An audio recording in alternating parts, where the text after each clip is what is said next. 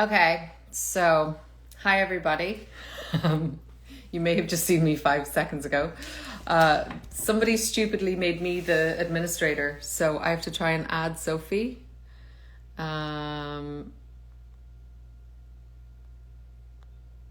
we go. Let's hope she accepts my invite. I don't know how to do this. Whose bright idea was it to give it to me? Hey, there she Hey, is. we did it! Yay! I did it. I've achieved something. I I feel saw it go. Caitriona incredibly. Balfe started a live video, and then it went live video has ended. Yeah. Oh, Yeah. hi everyone, we Yeah. made it. We did. We made it. There's some questions, I guess, right? Yes. I'm gonna find those. We need two phones. We should have just done We this together so that we didn't have we should have just got in the same idiot room proof. and chatted, because this is not the high quality entertainment that people have come to know and expect from us. Now turned into a comedy. So Yes. Oh, here I have some. Okay. All right. Jamie Dornan I'm just put, "Is the show any good?" By the way, on a comment. Is that what he said? Jamie Dornan, you're So, supposed to be actually doing some work and not wasting your time on Instagram. So get back to work. touche. She did it. All right. I'm going to ask you a question, Sophie Skelton. Uh-oh. First of all, season 6, everybody. Right? Pretty damn strong. exciting. Thanks. What is a question Mm. that no one has ever asked you in an interview that you would love to have been asked, other than this one? Other than that one, do you know what? I do feel really sorry for people who have to think of questions, because we do get asked a lot of the same ones, don't we? And I can imagine it's hard to come up with something original. And now I'm that person and I have to come up with something original.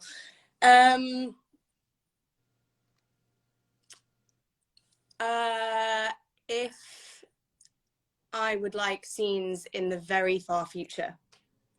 Ooh. Like if Claire and Brie could go to like 3000, the year 3000 or something. Now I've got a busted song. But you know, I thought you meant like, you know, when they were like 70, or you want to go like, oh yeah, 70. All right, 70. Can we just be in an old people's home, just by the water? It's very calm. There's no Christies. There's no battles. It's all good. And we've got. Does Claire still have her teeth? Who knows? She does. Yeah. Check it next week to find out. Yeah, Brianna invented the electric toothbrush in the 1700s. So you're fine. Your teeth look great. Oh, good, great. That was very, very, very thoughtful of her. Do I ask you one now? Well, I seem to have the questions. Why don't I just keep going? Perfect. I'll just do that. Oh, and then we can both answer. Is there a favorite? And this is from Tiny Tunny. That last one was from Just Michelle 511. Is there a favorite blooper moment from this season that you think will be on the gag reel? Oh, do you know, we shot so long ago now, and our memory's not that good. I know, that's the thing. I never, like, that's why the blooper reels are always so funny, because you forget it all. Yeah. And then you see it, and like, I end up, usually when I get it, I just end up, everyone's like, why are you laughing so much? Because I'm crying laughing. And I always think, do other people see this as funny as we do? Probably not. Probably not. I think we just we go a bit delirious, don't we, when we're shooting? And I do get asked the question a lot, though, who laughs the most on set? And I was like, when you and Sam start laughing, or the three of us start, it's like, that's it. The day's gone. We just can't stop. So bad. I feel like there was a dinner table scene early on. I think the matches, right? The matches. I think you trying to like. I nearly set matches. myself and Sam on fire. Yeah. It actually went down my corset at one point, a little ember spot down my corset. And I was like, oh, have I went to that? Just like jumping around the room. That was actually, that was a funny day. I'm sure some of that will make it. In the bloopers. It's when we're all together, isn't it? It's a really bad recipe for giggle fest disaster. We get very naughty. We're like naughty school children, and usually whoever's firsting tries to wrangle us and tell us to behave, and we're always like, We're like, it's very childish.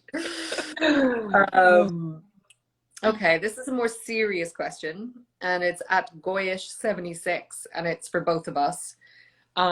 Since both of your characters have suffered sexual abuse, how do you describe the relationship between mother-daughter after the traumatic events, and how they help each other to recover?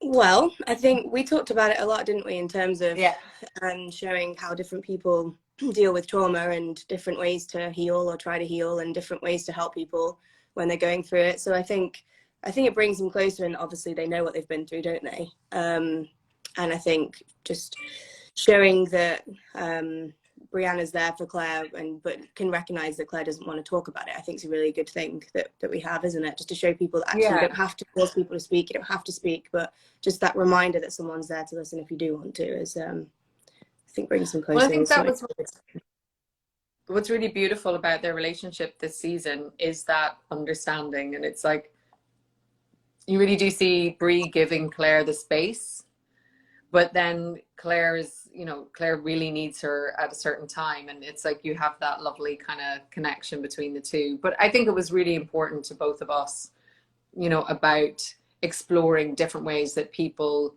react to sexual assault and also recover from, and I think that was something important that we tried to highlight. Yeah. All right. So at Il Makier, I think, for all, well, since we got ditched by the boys, it's just for us. We've dropped like flies. Here we are. What was the episode that challenged you creatively the most? Do you want to go first, or? I think the episode that challenged me the most creatively, I think episode 6. I think it's I haven't seen it, so I'm not quite sure how it's turned out, but we definitely, stylistically, they were kind of going with a new thing. And also, it took us a while to get to the script it's hard to say it without giving stuff away, but we're really exploring, I guess, Claire's inner voice. And I think, for all of us to sort of get on the same page with what we thought that was in a way that we were all happy with, took a minute. And I think, I think we got there, and I hope when I see it, I'll be really happy, but I'm not sure. What about you? Well, I'm going to pretend I know what you're talking about, because I can't remember which ep was which, but I think I know what you're talking about. And it sounds like it's going to be super powerful. I think, to be honest, I think it was maybe more, if we're going to talk creatively, well, I'll do a logistic answer in terms of having kids on set, having Jemmy run around and stuff. We have a lot of lovely scenes with the Mackenzie family this season, but yeah, the kids tend to complicate it more than we do, don't they? We might be more childish, but we're big kids, but yes, there's a lot of wrangling with little kids too. Yeah. Yeah. So yeah. All right. If you had to be stranded on an island with only one character from the show for an entire month, there's an ant on my phone. Which character would it be? Is that your desert island pal? This little ant. My ant. Why is there an ant on my phone? Yes, who would you choose to be stranded with? This is quite pathetic, but I'd probably choose Rolo. But I think practically I'd probably choose Claire. If you're on an island, I was going to choose Brianna, because I was just desert island. We'd figure out how to turn those coconuts into some very good daiquiris. We could. And we would have a lot of fun. Out, have a swim, have a laugh. Yeah. Be great. There you go. Just very extended holiday until have a dance party. Jamie and Roger came and pretended they were saving us, and we'd let them think that. Of course, yes. Thank you. We couldn't make our own way off here. I'm an engineer, but thanks for the historical facts about rafts. Appreciate it.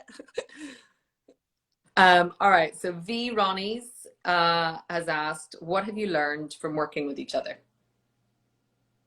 Oh, what have we learned from working with each other? All right, I'll go first. One thing I've learned from you, and it's a very good thing you do, sometimes when things aren't working on set and you're asking about notes and stuff, when I do it, I get very emotional and I get very like, I go from calm to very emotional quite quickly sometimes. And, you know, sometimes I can get slightly frustrated quickly, but you have an amazing capacity to stay calm. And it's such a good lesson. You're very methodical in your dissection of things and why it isn't working, but you're very, very calm when you are trying to find solutions. And I've definitely tried. I'm still trying, but I've definitely tried to absorb some of that. Well, thank you. In your defense, corsets don't help remain calm, do they? Let's be honest. No. Like heightens anything. I think for me, it would probably be the fact we work in such tough conditions and people can often forget about the crew or essays or what they're going through. And you are very, very good at taking care of everybody and fighting for them to have, you know, heaters and make sure everybody is taken care of. And it's a big credit to you because not a lot of number ones would even think about it. So, yeah. Well, show doesn't get made without them. Exactly. But some people and they are aren't very cool. integral and important to the whole process. So yep. Anyone who's a first AD or anyone who's a producer or anyone, remember to look after everybody. Mm-hmm. Everyone's just as important. Exactly. Okay, Wakeful Wife asks, it's Caitriona, you've said you use music to get into characters' headspace, but for everyone, what's on your playlist that helps you get into character? Ooh. Or do you use music? I rarely use music, but music. I rarely use music. I don't use music. I don't. I don't do that. There was one song, I feel like it was an Enya song or something. It was just, so I struggle to listen to sad music because it just makes me really sad. You know how some people can just cruise in the car listening to Adele? It's just it's not good for me.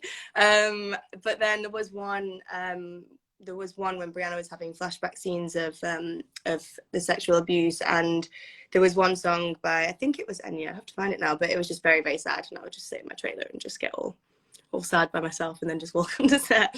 So that's probably it, but yeah, I don't really tend to use it that much, but you do, don't you? You quite like using it.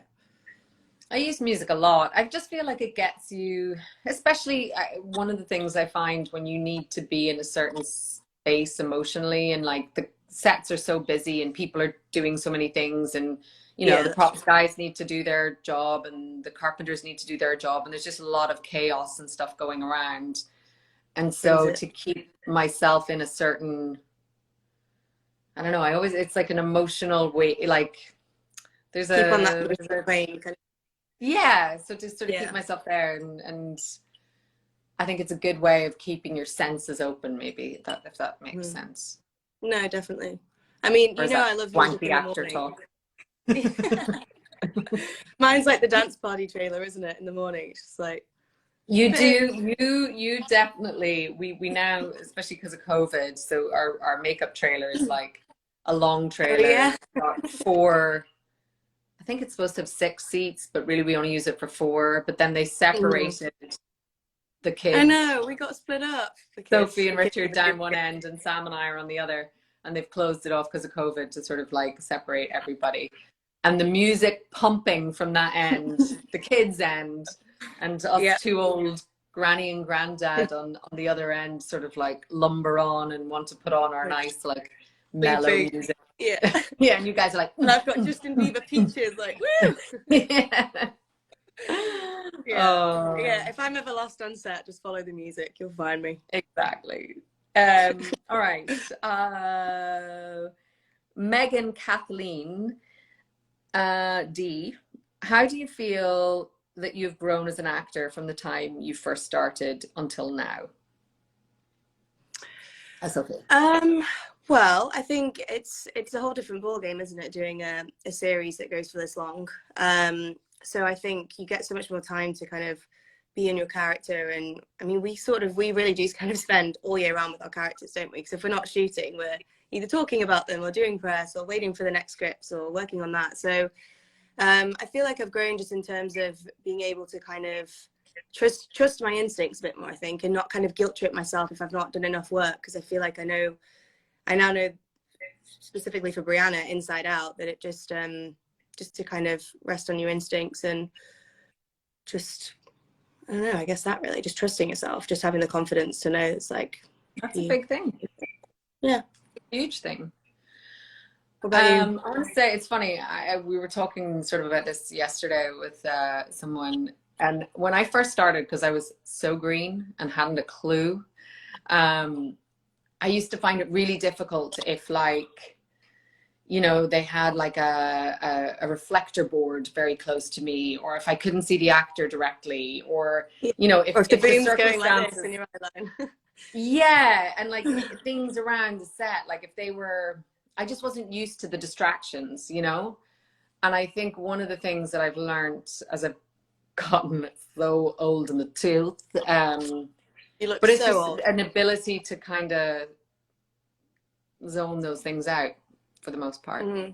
It's like have that tunnel vision. I can't remember what actor it was, but somebody said that they have slightly blurry vision, and actually they really like it because it just means that they can only focus on what's in front of them. And so when they're acting, they like it because it does that. It just shuts out everything around you. It's quite interesting. Maybe that's what's happened. My eyesight's just gotten really bad. I never wear my contacts. Maybe it's not technique at all. Maybe it's just I'm getting blinder. Oh no. It's right. By season 15, we'll be like, Claire is focused. Huh? Oh, okay. So at CB Sasanuk wants us to describe our characters in the form of a drink. Ooh, fun. Cool. I mean, I feel like Claire and Brianna have so many personalities in one, and they have such an emotional range, don't they? I feel like it's just it's like tequila, get it all in. They're not a drink; they're a cocktail menu. Exactly. Yes. They're a cocktail menu. That's brilliant. Yeah, let's stick with that. That's what they both are. They're a cocktail menu. Okay, then how long does it take you to get back into character when returning for a new season? And that's from at Keisha Joy _E. I feel like it really is second nature to us now, isn't it? These characters, like I was saying before, we've been with them so long. I feel like you kind of slip into it relatively quickly. It's more the accent, I think. Sometimes I just need to like get back into doing American for a bit. Same. But you know, yeah. Well, same with the English. There's always like a day or two where you're like, oh, is that what that word is in English? Like, is that how it sounds, or is that like, but there's a funny thing. There's like all of this apprehension about going back, and is it going to be the same, or is it going to feel different? And then, you know, you're doing fittings and and then as soon as you get on set, it literally feels like the day after the last day you shot. You're like, oh god, it's like day 217. Day 780. But it's, I mean, the lovely thing about that is that you really do slide back in, but you know, very quickly you just feel like you've always been there. Yeah. And I think, don't you find, Kat, because we shoot relatively quickly in the days, like we get a lot done, don't you feel like you don't really have the option to just not be straight back into it, do you? It's kind of, we don't have... No, I mean, we hit the ground running, and that's kind of what you have to do. And I suppose last season, well, season 6 was very much, we shot so out of order, didn't we? Didn't we shoot like eps 4 and 5 first or something? Or no. like... Remember it was super we did 1, 2, and then we did 3 and 6. Yeah, okay, and then 4 and 5. 4 and 5 were left till the very end. Yeah. So we did 1, 2, 3, 6, 7, 8, and then 4 and 5. Yeah. As you do. Yeah. Keep us on our toes. Why not? Okay, so at Shelby, that's quite a good handle. Cool. What's it like to have so many bairns on set now? I think you sort of answered that. We're a little traumatized, aren't we? By bands, do we mean the kids or do we mean Richard and Sam? Because Caitriona and I actually have to babysit all of them the same amount. True. This is true. Okay, so Gigi Gen W, in real life situations, do you ever think what would Claire do in this situation, or what would Brianna do in this situation? That's quite a good one. What do you ever think of Claire in a situation? I hope it's never like somebody. I feel like one day I'm going to be hiking on a trail or something. I was just going to say this. Someone's going to fall over and you're like, someone's going to fall over and I'll be like, I got this. I can do the bandage. All I need is clean cloth and hot water, and I can do it. But and then I'll realize that I actually can. Huh? Like Claire get a bandana on in the wilderness of like, yeah, like the clean cloth is for me to get my nurse's bandana on. I'm ready. What about you? Is there you know what? If you were walking past a dike and there was a hole in it and water spraying, would you be like, like here? No, do you know actually when I did one time I can think of when I thought what would Brianna do was I'm just very stereotypically English in that I always apologize for myself. And I remember you and I were walking in Glasgow in the Botanics, and I think I tripped over a step or something, or like my own feet, which I tend to do. And I apologized to the step. I was like, oh, sorry. And then I was like, why am I doing that? And I'm trying to channel Brianna more because I just feel like she's so unapologetically herself and just like confident in who she is and ballsy with it. Whereas I'm just like, oh, sorry. And that was the time actually when I thought, wow, I need to channel some more Brie in my life. What would Brianna do? Brianna would not apologize to the step. Exactly. Or a lamppost, because I've done that as well. She'd go back and she'd kick that step. Exactly. Tripping her up. She would actually. She loves to just kick and punch things, doesn't she? Maybe that bit I'll keep away from. Okay, we're getting through them. At Always Jizz Bun, what lessons about motherhood have you taken from playing Claire?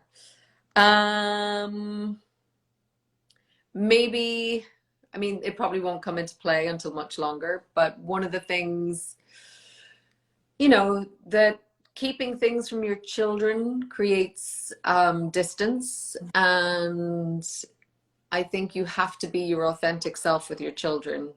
And when you are, then that's when, you know, you really have that strong bond. That's nice. That's a good one. Yeah. Anna Kate 90. Oh, we've sort of answered that. Okay. Okay. AW Too Well. Or Too Well. How do you prepare yourself before shooting a very sad or intense scene? Is there anything that you do not let this get into your head and your personal feelings? Oh, in terms of sort of barriering yourself from it and just protecting yourself. I guess so, yeah. It's a tricky one, isn't it? Because it kind of depends on the scene. I always think that I'm quite good at being able to segregate what's screen and what's not. I tend to really work to not take work home emotionally. But then I do think there are certain scenes that obviously you just can't. It's very, very hard to get away from. I was talking about this the other day. I don't know if you found when you've done you've done sexual abuse scenes and things where you feel like it's almost like a muscle memory. You kind of get triggered sometimes by little things. Like it's, I don't know, emotionally maybe you can try and separate, but I think when you do scenes like that, it's very, very hard to then not be in the mindset of people who've been through that, and it's quite a hard thing to segregate, isn't it? I found. Well, it's a funny thing because I think like you, I think some actors try and like use personal stuff, and you know, I learned very early on that it can be a very damaging thing, and a very healthy thing to do, and so I try to very much separate it. And I think, you know, the circumstances of what the character is going through, if you can really, you know, fully immerse yourself and empathize with that, you'll put yourself into that situation. But yeah, when you go through these really kind of tough scenes, you work yourself into a state of fear or stress or, you know, anger, or whatever it is. You're simulating these emotions, but your body doesn't really know to a certain extent that you're yeah, pretending. And it's one I always kind of, you know, it's a hard thing to sort of understand about your own physiology. How much of it do you absorb? How much of it stays in your muscle memory or any of those things? But I just think it's really important after those scenes that you do something really nice for yourself, like go take a bath or, you know, somehow to like cleanse it out. And or even just have company around, isn't it, sometimes? Because I'm quite, when I leave work, I just kind of want to just get my head down and just be myself, learn lines, get some sleep. But actually when you've done scenes like that, it's very easy to go into your shell and just want to be on your own. But I think sometimes having company is a good thing. But it actually happened to me after, I think it's season 4, where Brianna goes to confront Bonnet in the jail cell. And after the scene, because I wanted to make sure that Brianna didn't look weak to him. I didn't want her to show her emotion to him. So I was holding so much in. And then when they yelled cut, I just couldn't stop crying. I was like crying for about 10 minutes. I don't think the director knew what to do. It was Mersey, who was amazing. And she was like, are you cool? We good? I was like, yeah, it just finally came out. And it's one of those things that, it's like you said, your body doesn't quite know that, that it's not real sometimes. Yeah. Ooh. Give you hugs. Okay. All right. So our Gorns, what can we look forward to seeing next in Brianna's life this season? Do you know what? This is the first season where I feel like Brianna is who she is at her very core. I always think when I say this, it makes me think of Shrek, but I feel like she's a bit of an onion. She has so many layers, and I think she's really hard to get to know. And I think we've seen her go through so much, that she's been very reactionary. She's been maybe a bit bratty when she was younger, or she's been angry, she's been sad, she's been everything. This season, I just feel like she's just calm and collected initially for a little bit. And I just think she's really settling into married life and motherhood. And actually, she's just the calm amongst the chaos this season, I feel. So, yeah. Yay. Yeah. Cool, collected Brie this season. Here we go. Cool. Right. We've got 3 minutes, so we'll do one more question. Okay, is this for you? Polami tweets, in season 5, Brie was searching for her purpose on the ridge. Oh wait, no, you've just answered that. Okay. Tina 4276636 for Sophie. How do you prepare or research for Brie's engineering interests and skill in order to portray it so well?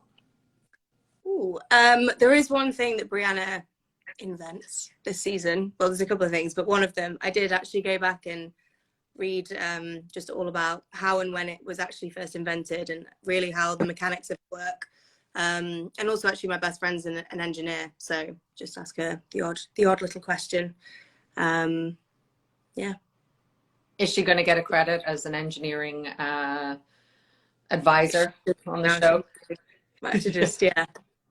I will. Yeah, we should put that at the end. What about Claire's medical stuff? I suppose it's quite good when we have the nurse on set, isn't it? We have Dr. Claire, not a nurse, Dr. Claire. Dr. Claire. Who's been our medical advisor since season 1, and she's amazing. I mean, she's amazing for so many other reasons as well, but yeah, just to be able to go through different operations or different scenarios with her, and she's really good because she's like, well, here's what we would do in the real world, in the modern day. Especially this season, there's some like really intense things that Claire has to do, and you know, she's like, in the ideal scenario you would do this. If you had limited tools at your disposal, you would do this. And then sometimes she's like, but for filming purposes, we can marry, you know, what you would do with also possibly what they were doing back then, but with your knowledge from this. So she's really good at kind of being able to take all of the different information. You know, I think sometimes some people get like, but I think sometimes people get locked into like, well, this is the way we do it now. And she's really good at kind of figuring out what would be the most practical and yet the most impactful looking thing. So she's incredible. Yeah, because I guess a lot of it now is about making it clean and tidy as well, isn't it, the end result? Whereas I guess for Claire, it's more just getting it done in a certain time frame as opposed to it being, you know, sort of pretty looking stitches that don't leave a scar or whatever. It's very much just get the job done. And exactly. You need to get Claire a staple gun. That's what Brianna should be inventing. This is All right, it. guys. I think this is our time. Fun. You are the best panelist ever. Thanks. Good host. Just call me host. I'm just proud I managed to get on live a second time, because that first time was embarrassing. I was like staring at the screen. They gave me the wrong instructions, and I was staring at the screen going, but there is no title button. And then I realized it's like, you are live. And people were saying stuff. I was like, oh. You thought you weren't swearing profusely as it came on. Not quite. Inside I was. All right. Love you lots, Sophie. And thank you so much to everybody for joining us. We love you lots. I'm sure most of you have already seen the episode at midnight, but if not, enjoy it tonight or tomorrow or whenever it's airing, wherever you are. We put a lot of hard work into it, so we hope you really enjoy it. Happy end of Droughtlander. Happy end of Droughtlander. Bye. Bye. Love you. Bye. Love you too. I don't know how we get off this time. PlaceTheBets.com, guys. Are you tired of crapping out on sites like Fanduel and Draftkings? Go to PlaceTheBets.com. Set your fantasy lineup. Baseball, football, basketball, hockey. They got them all. They'll set your lineup. 30 days is only $1. You can go, you can sign up right now. That 30 days is only $1. PlaceTheBets.com and get that Skrilla. Thank you for watching. Please like and subscribe, and please check out my podcast at anchor.fm/AkariPress, or just type in Akari Press on your favorite streaming platform today.